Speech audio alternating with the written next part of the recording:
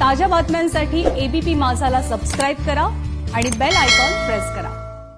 ठाकरे सरकार राज्यातील धान उत्पादक शेतकऱ्यांना मोठा दिलासा देत आहे।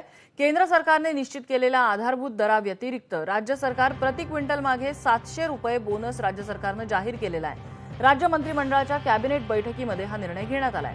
धानाला 1868 रुपये हा हमी भाव आणि 700 रुपये बोनस असा 2568 प्रति क्विंटल मागे दर मिळणार आहे। पॅडी ज्याला म्हणतो आपण भात उत्पादक शेतकरी आहे, या शेतकऱ्याचा हमीभाव हा 1868 रुपये आहे।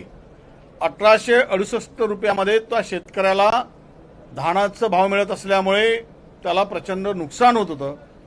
संकटात तो शेतकरी सापडला होता। म्हणून महाविकास आघाडीचं सरकार आल्यापासून मागच्या वर्षीपासून हमीभावाच्या वर 700 रुपये त्याला बोनस रूपाने प्रति क्विंटल देण्याचा निर्णय आज मागच्या वर्षी घेतला आणि आजच्या कॅबिनेटमध्ये हा निर्णय झालेला आहे। आता शेतकऱ्याला 2568 रुपये हा हमीभाव मिळणार आहे।